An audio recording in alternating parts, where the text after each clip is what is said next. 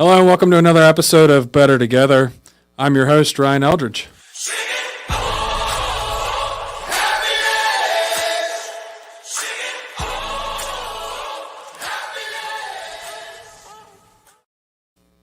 As we come together for another episode of Better Together, we're joined today with the CryptoCrow, Jason Appleton. Thanks for coming, man. I greatly appreciate it. Yeah, are you already checking your watch? Are we bored already? No, I got a notification coming through saying, hey, you didn't screw this one up. You're actually live. I like the intro song, man. If I miss church, I can just come to this podcast.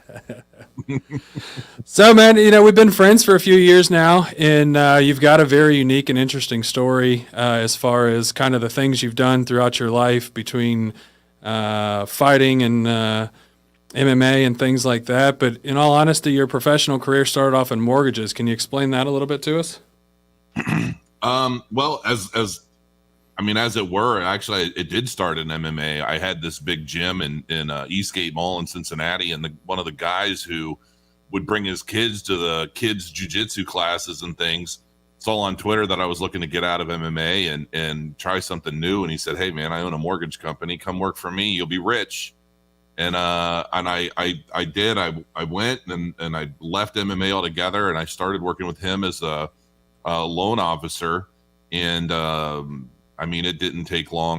Within like 6 months, I think I had a $7 million loan pipe doing refinance deals, calling trigger leads, and we would just call that dialing for dollars. And those are always fun.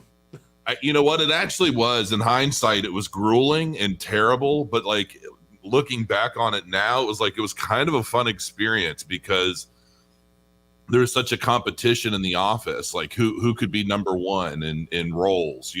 Basically when you take a call and that call turns into a deal, a refinance deal, we'd call that a roll, and we'd roll them all in Skype so that the processing team can get started on papers and stuff. And it was always generally me and maybe I think one or two of the other like senior guys who did pretty well, but yeah, the competition was pretty fierce and it was a good time. But it kind of grew from there. I worked for a company, a branch office that was part of a much larger company, a national company that decided to close all offices overnight. When interest rates went up, they closed all the branch offices through the entire country and fired everyone, and none of us knew.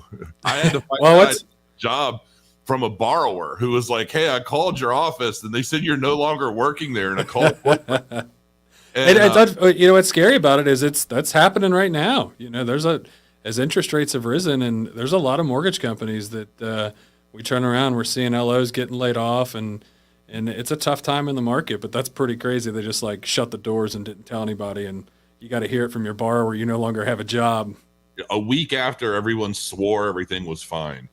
It was pretty nuts. And so my branch manager called and said, I don't remember how long, I think it might've been a couple months later. And he said, "Hey man, I know you hate doing all this paperwork." He's like, "But I want you to come back and work for me under a new company. And I want you to be my director of business development." And so that basically started this whole thing where my whole job was to just build relationships with real estate agents and help with marketing of the branch, help with marketing for agents and just all sorts of it was basically business development, setting up meetings for the branch manager and helping to cultivate those relationships. And, it was a good time, but, the long and short of it is after, again, it was like another 6 months. I think 6 months seems to be the key timetable for whether or not you're going to do really well or you're doing things wrong, because every 6 months I was breaking records, and it wasn't because I was all that special. It was just the way I went about things was a little different than I think most do. Yeah. And without getting so deep into all the details, that went really, really well to the point where he didn't need me anymore, according to his core coaches, who said, "Well, you did a fantastic job. You're making a ton of money. Fire him and save yourself the payroll." So, I ended up becoming an independent business development consultant. And I did the same thing for other companies, and that went Yeah. really well until I ultimately discovered crypto and kissed all of that hard work goodbye. So Well, I feel like a lot of, the skills and everything that um, you had to do and to build those businesses really led you into being in a true part of the success that you're having now and what you're doing with crypto and your YouTube channel and things like that. Like, people can relate to you, and I think that was crucial in the mortgage industry, was just being able to form that personal connection with people and seal those deals. But in a sense, that's kind of what you're doing now, is just forming those personal connections because you're being real about who you are and what you really are in it for. yeah, I think one of the big things is, whether it's my size, being such a giant guy, or my upbringing, my childhood, I don't know what it is, but there are a lot of factors that I think that play into me not really not caring much at all what people think, but genuinely trying to help everyone. So, I feel like a lot of people in the mortgage business or whatever, they're chasing numbers, not people, right? They're chasing digits, not relationships. They're always trying to figure out how to help themselves instead of help other people. And the one thing that that was definitely solidified for me is when I started my YouTube channel, and I first got into the crypto space, and I turned $3,000 into 90 grand in like 60 days. And then I just started teaching people freely what I was doing and how. And it was the nature of that I didn't have a private group, pay me money every month and join my private group and I'll give you tips. It was like, no, this is what I did. Here you go, everyone, share it and better your lives, and and I think that's a big part of what did help me grow on YouTube and otherwise. It's just, I have a genuine interest in the world being better. I have a genuine interest in people who are putting in the work to do well. And as soon as you start putting a price tag to that, it's a different animal, right? And the sincerity is more or less lost, and so it's hard to maintain those kinds of relationships. And with the real estate agents that I would work with back then, I always wanted to help their business grow. It wasn't just a thing, it wasn't something you just said on the phone to get somebody to get a meeting. No, I really wanted to help your business grow, because if I'm able to do that and you like me, all the business I help you grow is coming to me anyway. But that's an afterthought. The idea is, I like you. You've been willing to spend time with me, humor me in my phone calls. And because I had that genuine interest and I knew that I was there to help you, I wouldn't let you hang up on me. I wouldn't let you go away. I wouldn't let you run away. Oh, you have another meeting. Your meeting's not nearly as important as what I have to offer you. I need you to sit down and listen for 10 minutes. And that was all there was to it. And I didn't play any of the agents' bullshit, because there's so many agents that are lazy busy, right? They make 3 phone calls a day. They have 1 meeting. Oh gosh, I'm pooped. I've done so much. I've had a hard work day. And they don't want to be bothered by you, because they want to go play golf, or they want to go sit in their lounge chair and drink a Mai Tai and gossip. I mean, it's like, a lot of these agents genuinely don't care, but it's the ones that do. They care about their business. They care about their clients. They care about making sure that, everyone that they work with, for, around, is benefiting from their presence. Those are the ones that are generally willing to give you time to hear you out and see, can you make my life better? Can you make my clients' lives better? What can you do for me? I'll listen. I'll give you that time. I'm not so stuck in my own bubble that, I think I've got it all figured out with my 6 deals a year. Right. Mm-hmm. And it's like cracking through that, as you can see right now, cracking through that, you can see that sometimes you have to be a little aggressive about things to shake someone awake and make them pay attention. And most people aren't willing to cross that line or cross that border. They're so like, oh, I don't want to offend you. I don't want to bother you. I want to call you again next week so we could do this over and over again and waste a year's time and get nowhere. No, if I call you, we're getting somewhere. And if I don't, I am going to call you. I'm going to call you every week, and I'm going to harass you until you give me the time, because I know what I'm going to do for you. You just don't know it yet. And until I've really figured out whether or not there's a place for us to work together and benefit each other, I'm not going to let you get away. Yeah. And Well, that that's was good, you know, and yeah, you know, I mean, you did that in your mortgage, but what ultimately after that, you know, really got you involved and interested in crypto? I mean, a lot of things. You know, I've always been a tech head. I've always been a big nerd. So, you know, I mean, I was that lonely kid that would sit around and create Dungeons and Dragons characters, but I never had any friends to play it with. You know, so I think you still do, right? Yeah, I might. So you know, I've always been willing to put in the work, and really dive deep into things and just educate myself. I grew up educated. I'm a high school dropout. I mean, I'm not proud of it. Yeah. I did end up getting my high school diploma from a school in Florida. But you know, I've always been self-taught. I teach myself whatever I want to know. I don't need somebody else. So, you know, and that's not necessarily everyone, but the ignorance is a choice. You if there's something that you want to learn about, you can do that. You can learn. You just have to put in the time, and maybe it takes longer than others, and that's okay. But what drove me in crypto is just seeing, just the technology and what it meant and how I saw it preparing to change the world on a major level. I mean, I woke up when I first got into it. I woke up at like 4 a.m. and I had this epiphany that it all clicked. Everything clicked with me. I was crying. I was like manic. And Kristen was like, you know, my wife, she's like, what is wrong? What is wrong? And I'm like, nothing. I don't know what to tell you. I don't know how to explain it, but it all makes sense now. And that's when I decided to start my YouTube channel and just start spreading the gospel, because I knew, you know, what was coming, and we're still well on the way. It's just, you know, there's a lot of stuff associated with market cycles and fundamentals, and just a lot of different things that you have to kind of live through and be a part of, the ebb and flow, understand the patterns, and then understand the technology, what it means, what the use cases associated with this layer one blockchain is, and that, and it can be complicated, but it doesn't have to be. It can be as complicated as you want it to be.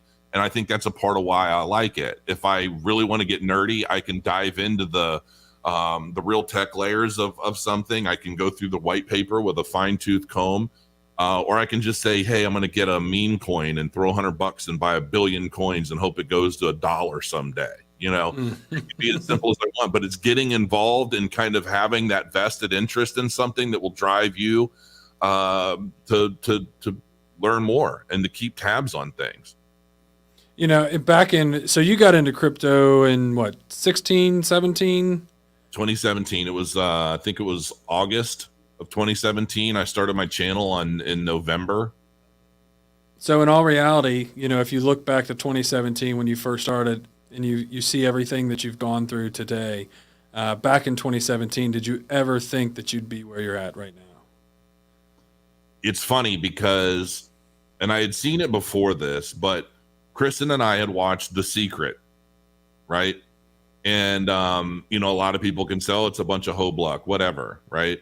But we watched it, and because we were just like, you know, I was doing well, but it was a grind, and it did kind of suck. And for as well as I was doing, it was still pretty much check to check. You know, when you have a growing family and you're married and you have a mortgage and you have all this stuff, all these expenses coming, just being pulled out of your ears, it's stressful, and it makes life difficult when you're constantly jumping hurdles from day to day, whether it's going to the grocery store, you're kind of trying to keep track of this money and that money, and do we have enough for this or that?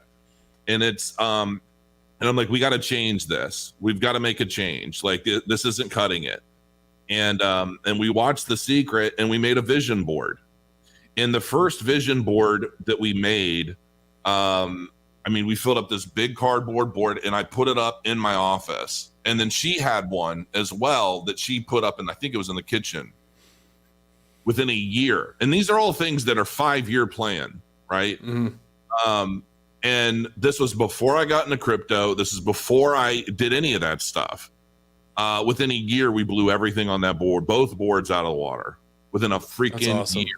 And it was like, we had almost forgotten about the vision boards, right?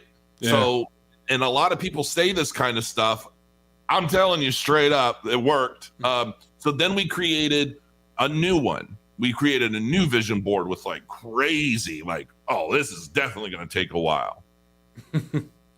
Yeah, we just blew all that out of the water last year. And It had been like less than 4 years.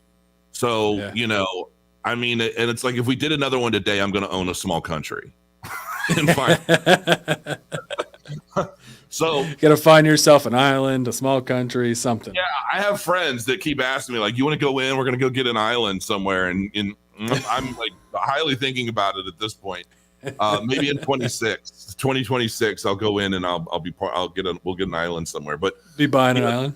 Well, it's funny how many people, they think of vision boards and they'll call them silly, kind of what you said, like, but it's taking your goals and your ideas and putting them in a place that you're going to see them every day. It's like that constant slap in the face that's going to say, hey, what are you waiting on? Like, it's you're looking at me every day.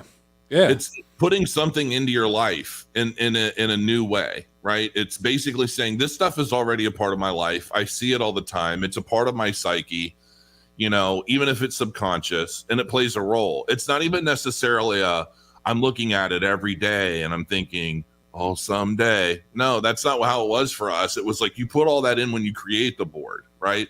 Like, this is what I want to do. This is what I want to accomplish. Like we had my SUV, that was on the board. It's a pretty nice SUV too. It is pretty cool. Bought it with Ethereum, actually. The company bought it with Ethereum. And the house, we pretty much had a picture of our house that we live in right now on that last vision board. That's awesome. Yeah. And it's just, it's crazy. It really is. And the stuff is real. And it's not necessarily like there's some kind of voodoo magic associated with it. But I do think that there is it establishes mental patterns that I think help you keep your focus and help you, even if it's subconscious, be open to potential, things that are different, things that are outside of the norm. Because when you're setting this board up, or when you're, I know this whole thing isn't about vision boards, but when you're doing those exercises, you're ultimately telling your mind that the route you're on isn't where you want to be, right? What I'm doing right now isn't where I want to be. This isn't what I'm trying to accomplish in my life. I'm open to change. And by opening my mind and myself to those changes, I'm opening myself up to this, and that on this vision board. And there are other ways to do it. I mean, people do it in notebooks. It's just committing to the idea that this is possible for you and being open to the changes that may come in your life to make those things possible. And I think that's really what it boils down to. Well, I would, it was probably 5 years ago or so, Melanie was doing some direct sales marketing with makeup and things like that. And she went to a vision board party, and she came back with this vision board, and it wasn't long after that she switched into from processing loans to becoming a loan officer, and she kind of revamped it. And that's when I think she really started to focus on that vision board, and it was great to see her be able to go to that vision board and say, you know what, did that, got that. Oh crap, I need to update this, because now we're to the point that, majority of the things that I had on this vision board, which at that time I thought were, just like you're saying, far-fetched and out of reach, I've already done them, and now I need to up the stakes and I need to up the goal, and then you look at me, I was in a profession that I never thought that I would leave. I was content. I was set in, I'm going to do my 20 and then I'm going to retire. And then that's when I'll focus on my goals, my dreams of more, and then when I left, it was like, man, the potential to just really stretch those dreams and those goals out and set new standards, not only for myself, but for my family, have just opened up, Well, I think that is a big problem with society today, and well, for decades past, is that everybody is indoctrinated and programmed to think a certain way. And we're all taught and we're all indoctrinated to be employees, worker bees, people that do for little. And I think it's, I didn't get through the indoctrination process. I saw the bullshit early on, and so I moved on.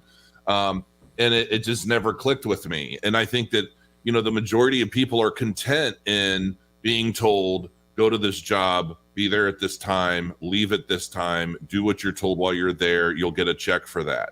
And some people are comfortable in that. But for those that aren't, it's a matter of constantly educating yourself on new things. And, no millionaire has one stream of revenue. None of them do. I don't think a single one, and none of them I know do. I know billionaires, and they've got a million things going on all the time. It's like it's almost like a pick your poison. Do you want to sleep at night?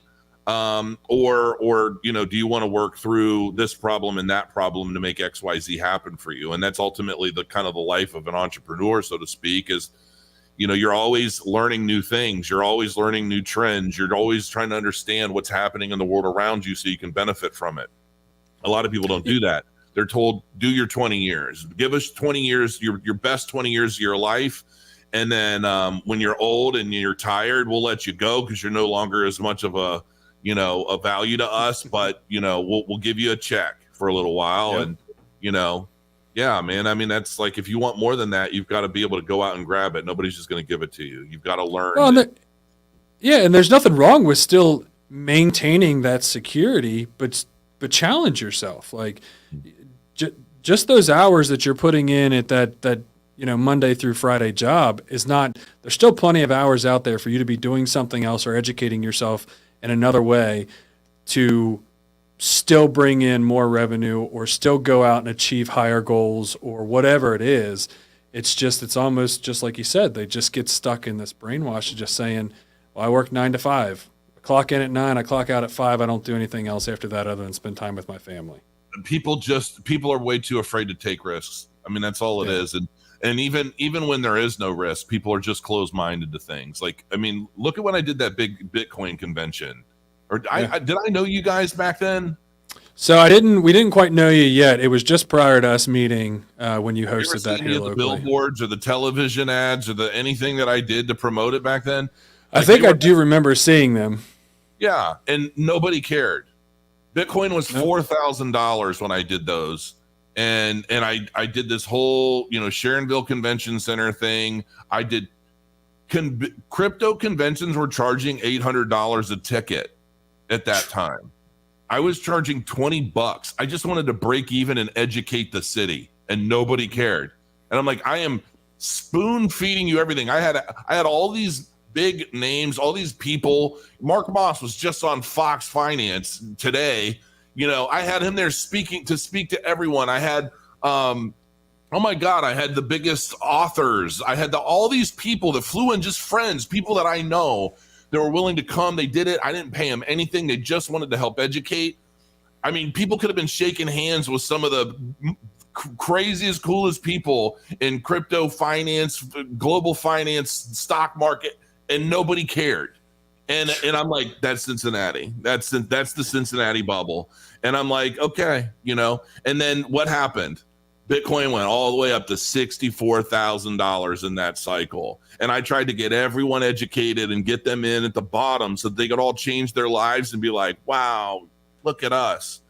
Mm-hmm. And, it's like you can't get people to pay attention to things. You can't get people to listen. It's like if it goes outside their norm, if they don't understand it, they think it's too complicated. They're just not willing to put in the time or the effort to change their life drastically. And that's why the majority are basically stuck as worker bees. And that's, either the indoctrination works or the indoctrination is really just a guide to teach people that are afraid to look outside of the box. You're going to be a lame and you're going to do whatever you're told your entire life and your life's going to suck. But here's how you do it from A to B to C to D. And there you go. Have at it. I don't know. It's fun. I mean, it's, and that's why I think you and I have always gotten along so well. It's because we do have the same passion.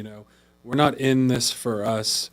We're in it for, we have a passion to help others. We want everybody to rise up together and achieve the same thing. If I create a vision board and you can relate to my vision board, I want to help you, put you in a position to achieve the same goals that I have. Like, I don't need to be better than you. I don't need to be, greater than you, taller than you, any of that stuff. Like, I just have a true passion for what, in a sense, what is mine is yours when it comes to knowledge, when it comes to just bettering yourself and being there for others. I'm very much not that type of person that just, I tell people all the time, stop looking at transactions as dollar signs, but long-term relationships that you're forming with these people. Ryan, I want to say one thing to you, man. For as long as I've known you, I, I'm an abrasive character sometimes, right? And it all comes from a good place. It truly does. My wife thinks I have some form of Asperger's because I just blurt out whatever's on my mind with no filter. You're very well aware of this. And it really all does come from a good place. But I don't like most people. And you are one of the very few people that I've known who has, like, you would think you're like the real version of the last Boy Scout. Like, you truly are stand up, straight up, with the best of intentions. Yeah, man, I mean, and you've like always been that way. Even when we moved to Puerto Rico and I was like, hey man, can you help with this or that? You were just always willing to help, just as a friend, yeah, sure. Like you're that guy. And I absolutely have always respected you for that. I've always valued your friendship because of that, because guys like you truly are rare. And I know that we are coming close to your 30-minute mark, and I wanted to make sure that I made that point abundantly clear to you and anyone else watching. Oh, we got plenty of time still. Melanie's not here, so we don't have to stick to the 30-minute mark. Oh, okay. She's off getting a meeting. That's why she was kind of bummed. She was like, 1 o'clock, I got a meeting at 1. I'm like, well, guess it's just me and Jason. She goes, it's probably better off. You two love talking. And I was like, yeah, probably. But no, man, that truly does mean a lot to me, because it, getting that, almost like clarification from others just goes to show that, people do get kind of the stance that I hold in what I truly believe in my heart. One of the greatest things that probably happened to me was not long after leaving my last career. There was an individual that was a prominent member of the community that I worked in, and she always loved me. She always worried when I wasn't working on the side of town that she lived on, or she hadn't seen me in a while and things like that.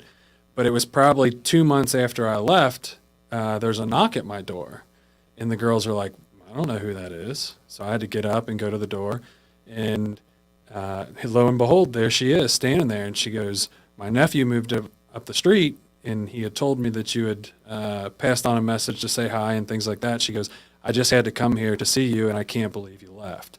That means a lot to me. It goes to show that, if you live up to the standards, the high standards that you set for yourself, and you hold true to your morals and your ethics, that there are people out there that appreciate it and respect it and like you for that. So it's always good to hear stories of people that, see it, understand it, and appreciate you for the relationships that you formed with them. So I appreciate it. That goes a long way with me, man. But as we get back into it, I'm curious that in 2017 you start buying Bitcoin. You start your YouTube channel. Where does it go, and how does it go from there? Because a lot has happened in between there. And I'm curious for everybody to kind of know, your secret, not necessarily secret, but your story, because it's not really a secret, because you put it out there for everybody to do the exact same things that you did. But I always love hearing it. Okay. Well, it started by, honestly, it started from a trip with my uncle. If you want to go all the way to the beginning of it, I mean, he's now passed away. It was the last time I ever saw him, and I'll give you the cliff notes. I mean, I was, after 10 years of my uncles trying to get me to go to this camping trip they go on annually, I finally decided I would go, because I finally had like a window where I didn't have a million things going on, and I thought it would be a good bonding thing for my stepson and I, and so I went, and we were sitting there at the campfire, and all my uncles and cousins and everybody. It was basically like you couldn't tell what was a tree and what was a human being with all of us out there together, because they're all like 8 feet tall and just don't talk like this, and they're all deep voiced and everything. So no animals were going to be anywhere near us. I wasn't worried about that. My uncle was talking about he had an expanding aortic valve, and he was wanting to get surgery, and they said no, it's too dangerous surgery to do right now. We're going to give it a year, and so forth and so on. And in that, he was explaining to me how he was in dividend stocks, and that over the years, he was in charge of a big fleet of planes at Continental Airlines. He was like a mechanic lead, something like that. I remember him going to avionics college. He took me to some of his to some of his stuff before and gave me like little electronics projects he had built for college, all that kind of fun stuff when I was a kid. He was like the father figure for me, right? For somebody that grew up without a father, like he was it for me. And but he was in the Navy and all kinds of stuff growing up. So anyway, he long and short of it is he basically said I could drop dead at any moment. And I have been building an investment portfolio that your aunt will never have to work again just off of the dividends that she'll earn. Mm-hmm. And he was like, you should really consider it. And so I did. And I think not long after that camp thing, which was a great time, my aunt and him flew to China for a vacation. He got approval from the doctor saying he'd be fine. They got to China. They went to dinner. He dropped dead at dinner, like without a word. Just was done. And it's been years now, and she's still scarred. Who wouldn't be? You know what I mean? Yeah. But it was just such a terrible, terrible thing. But he knew it was coming. He did everything to prepare for that. And so I started researching dividend stocks, and he was telling me about the Motley Fool. And, he's like, I buy what they tell me to buy. I sell when they tell me to sell. And he built a whole portfolio of that. So apparently Motley Fool, good on you. They're pretty expensive, I think. It's like a newsletter thing or whatever, but he swore by it. So yeah. in researching dividend stocks and things, I discovered some videos in crypto by Ian Bellina about ICOs, cryptocurrency ICOs and things like that. And then Supo Man. Ian Bellina and his whole team were out at my property in Puerto Rico when we were out there. And I met him in person, and we all hung out and had a good time. And but he was the guy that got me into crypto. So, it just kind of took off from there, man. I mean, honestly, I started seeing the technology and the smart contracts, getting rid of the middlemen, the programmability of these smart contracts, what sort of things are possible. And so I maxed out 3 credit cards and built my first Ethereum mining rig. And then what I would mine in Ethereum, I would invest in ICOs. And, and then it just kept going and growing and going and growing. And I mean, like, then. Is that the one you didn't want to pack up with you? No, that was so the one I gave you was the second rig I built. I mean, I actually kind of missed that damn thing too. I'm like, damn, I should have taken it. It's heating my basement right now. I bet it is. The thing will heat your whole yeah, 6 GPU mining rig, and those cards, man. Like in the bull market, those graphics cards are worth more than I think. I mean, they can triple in value, just the graphics cards. That's and crazy. Those are Founders Edition cards on that puppy. So like those are power. So anyway, and I would mine up my Ethereum, and then I would just invest it into ICOs, and I'd rinse and repeat. And I still have ICO tokens I invested in back in 2017 that I either forgotten about or they're on random wallets. So reminds me of my buddy that I work with that apparently decided to buy crypto or buy Bitcoin back, I want to say 16. Around the same time, and has done forgotten his password. I mean, there's guys that can get it. I don't know how much he bought back then. If it was like a few $100 back then, it'd still be a few grand or whatever now. But if you got like 100 Bitcoin or something, he might want to. I know some guys that can get that. Yeah, I'll have to let him know for you, because it's kind of a running joke every time we see him. It's like, hey, have you remembered that password yet, so that you can access your millions? And he laughs. He goes, "No, man, I haven't even thought about it." Yeah, that's insane.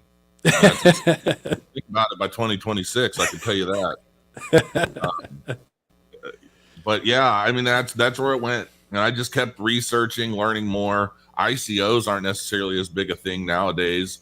And it's almost like every cycle there's this new wave. This last cycle was all about DeFi and NFTs, and I think this next cycle is going to be very much about metaverse. And I think a lot of these metaverse projects are going to take over, I think, in a big, big way. Because if you look at, you want to get crazy. If you look at the World Economic Forum, the global agenda 2021, all this stuff, man, they just want to keep everybody in their houses, man.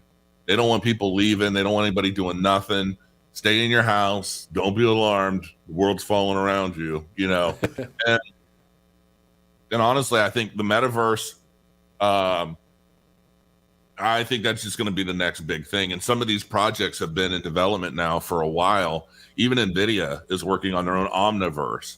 And, stories like Ready Player One, like if you've ever seen that movie, and there's a new one. There's a new book out, Ready Player 2, I think. It's the sequel to that. And that's the future. It really is. It's this dystopian kind of, everybody's plugged into a metaverse, doing jobs, doing play to earn. And, you're going to have your developers on one side. You're going to have the people that are living in these places on the other. And I really do. I really think that's the future. And I think that for better or worse, I think it's going to suck for a lot of people. But that's kind of what I try to do, is I try to understand, like, where are we heading? What is the agenda now? What direction are we going? And what about blockchain technology is going to play a role in that? And then I try and get involved in those technologies before everyone else does. Yeah, and that's one thing, I want to talk about as you lead into kind of the future and things like that. You still run into people that, and a lot of it is lack of understanding and things like that, but you'll run into some who, say and believe that they know information about crypto that are still saying that crypto is a bad investment right now. What's your take on that? People that say that crypto is a bad investment right now are the people that bought Bitcoin at $62,000 and didn't know what the hell they were doing. It's all about it. Honestly, man, it all boils down to education. A lot of crypto is garbage. Typically what I see when I see newcomers get into the cryptocurrency space, they get into it because they hear about all the riches everybody's making, right? And so they get baited in by these, 25% APY or 8,000% APY DeFi applications, and they're like, oh, I'm going to make so much money, and they throw all this money, and then it gets rug pulled meaning like the liquidity for that app, for that DeFi app, gets pulled by the founders. You know what I mean? Mm-hmm. Like, if we made our money, we're not going to dilute this anymore. We're going to just take it and run. And there's so many scams in the crypto space, and there's just so much. It's still the Wild West, which is why market capitalization hasn't reached $8-10 trillion yet. That's going to happen when the regulators really start to barrel down into what's a commodity, what's a security, who's managing the regulatory issues associated with this block of crypto, that block of crypto, so forth and so on. And that's going to free up a lot of these major institutional players to get involved with their money. And honestly, I think government oversight and regulation on that's also going to play a role into what gets insured, what doesn't get insured. We've had some of these big DeFi applications like Celsius and Voyager and all these other big DeFi applications basically go bankrupt in this bear market because they take these funds and then they invest them in these really high risk, high yield DeFi projects. And then when the market comes crashing down, the values of everything comes crashing down. And every time new people come to a new market cycle and they see these crashes, they're like, oh, well, this is garbage. Why would I put money into that? Well, they don't understand that, like, let's say hypothetically, I would have had 1,000 people show up to that convention in Sharonville when Bitcoin was $4,000. And they all went home, all charged up, inspired, and educated. And they bought Bitcoin at $4,000. And then they rode that wave all the way up to $64,000, right? Now, had they done that, what are the chances that they would have sold? Like, they're probably not following me on Twitter when I called the peak of the market, like to the day. And I said, not only is this going to be the peak, you remember? I posted it right on Twitter on April 13th. I'm like, the market is peaked. And everybody flamed me. They're like, "Oh, Crow, how could you do this? Why would you FUD the market? Like, I control the market." I'm like, "No, this is what I see." You've got that much power.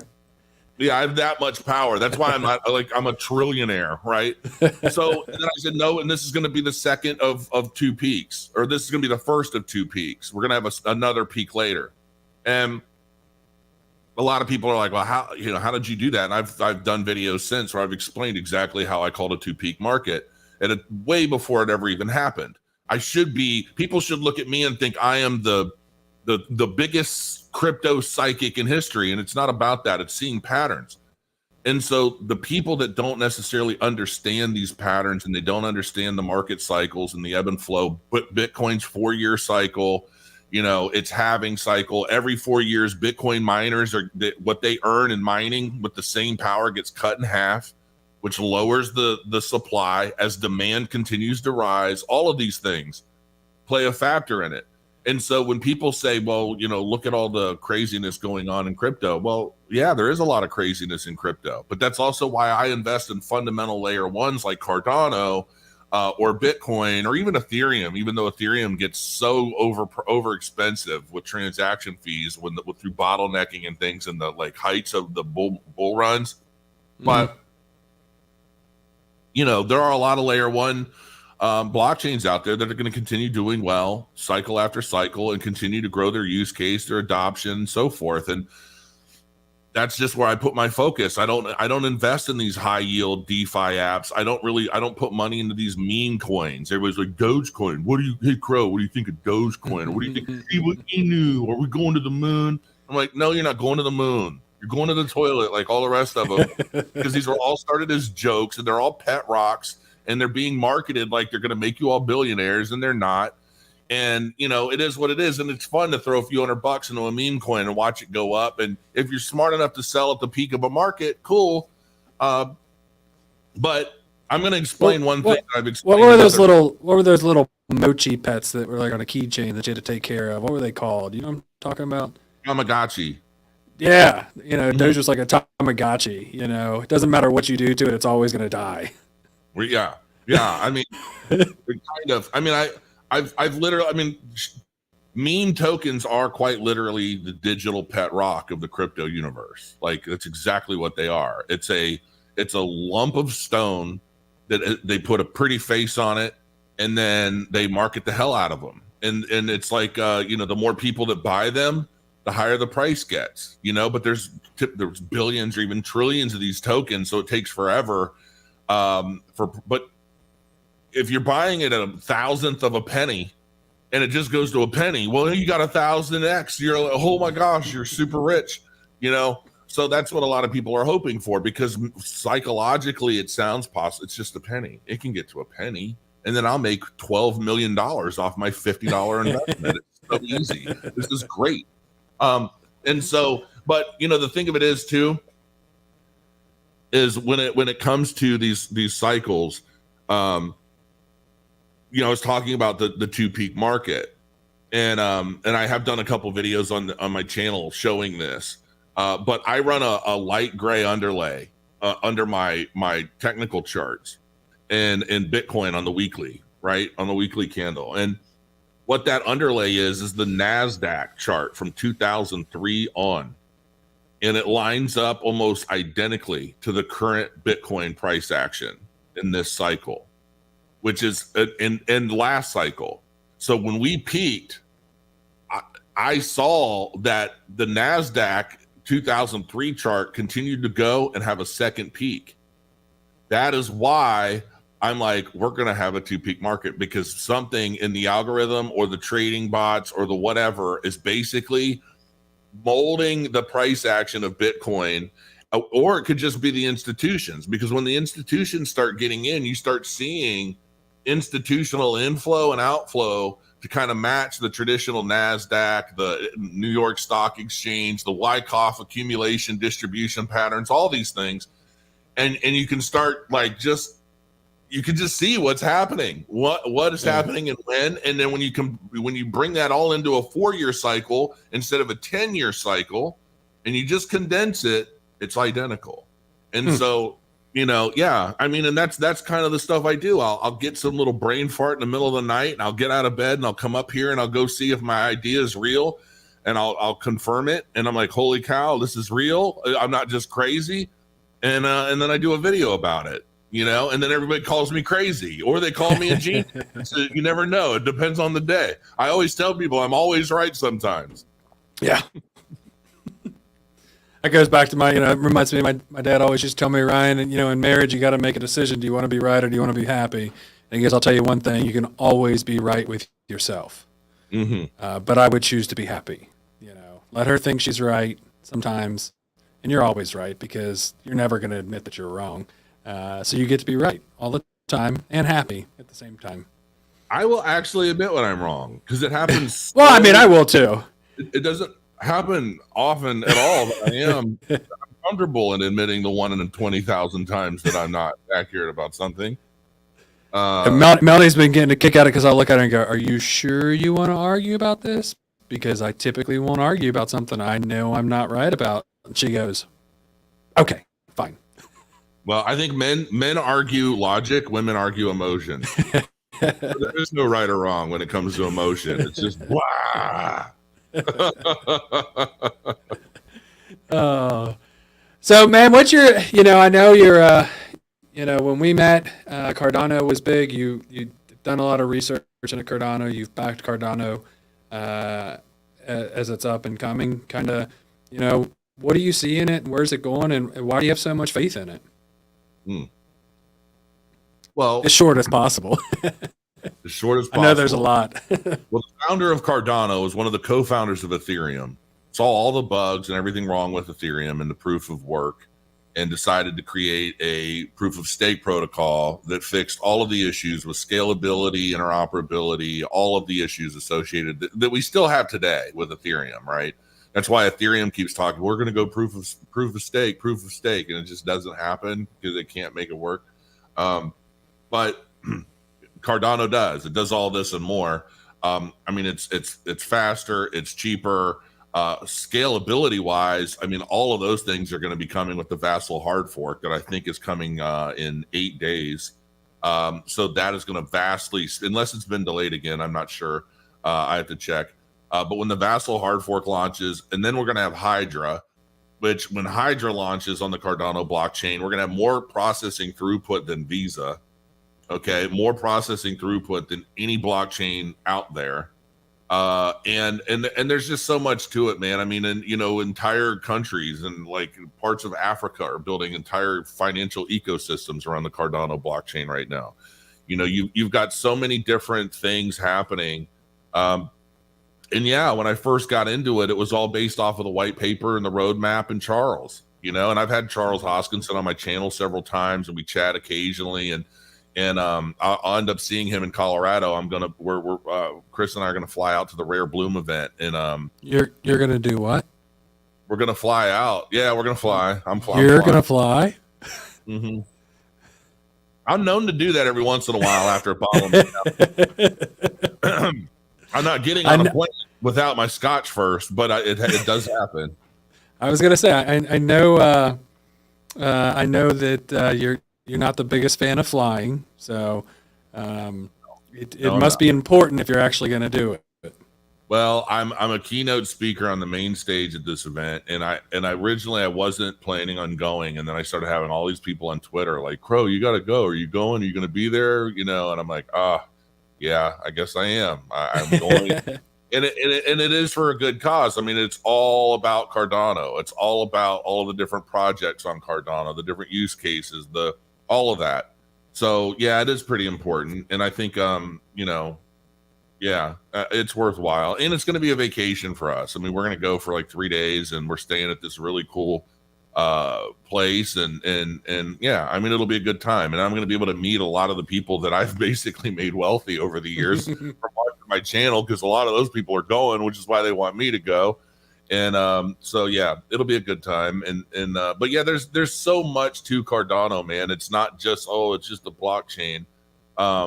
It's the way I believe Cardano is going to be utilized to legitimately change the way a lot of things work in the world, including voting at some point. because last on the list above all of this other stuff is Voltaire, which is a protocol for voting. And they're already test casing a lot of this stuff in some areas in some countries. So that's awesome.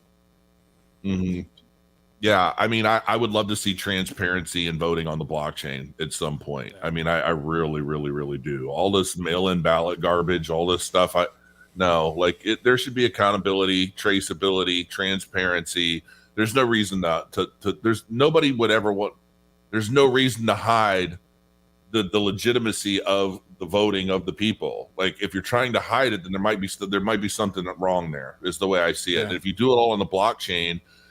Like, if I said any transactions on a blockchain wallet can be traced and tracked from start to finish, from the inception of the wallet to, wherever it ends up. And so, people would say, oh, crypto's anonymous. Crypto's not anonymous. It's no more anonymous than your IP address. I mean, because ultimately that's what your wallet address becomes. It's like your IP address to the world. And there are some ways to thwart different things, you know what I mean? There are blenders and things, if you're doing things that you probably shouldn't be. But I mean, ultimately, voting in a democracy on the blockchain to me is like where I really want to see things go. And and I think Cardano is going to be the protocol to enable people to do that if they ever chose. Yeah. Well, man, it's always great talking with you. I know that you and I could sit around and we could talk for hours.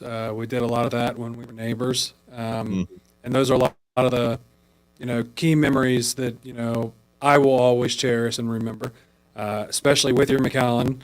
You get a little bit more blunt and you get a little bit more in depth and you get a little bit more passionate. Not that you're not a passionate person in general, but, those are the sides of Jason that, I got to see and I got to experience.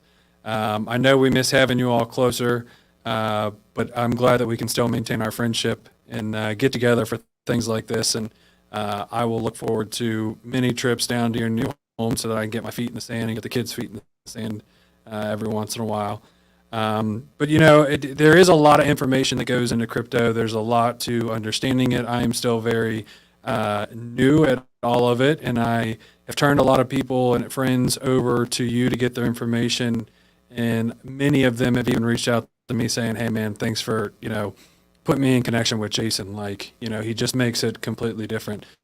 So at the same time that you have affirmations towards me and my character, I want you to know that not that you don't already see it, this, but even people that I personally refer to you have reached out and thanked me because of the advice that they've taken from you, the things that they have invested in, for thinking long-term wealth for them and their family.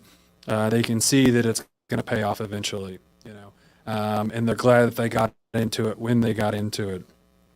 So if there's other listeners, viewers, things like that watch this episode, where can they go to find you so they can get just as educated and start changing the lives not only for themselves now, but even possibly for generational wealth down the road?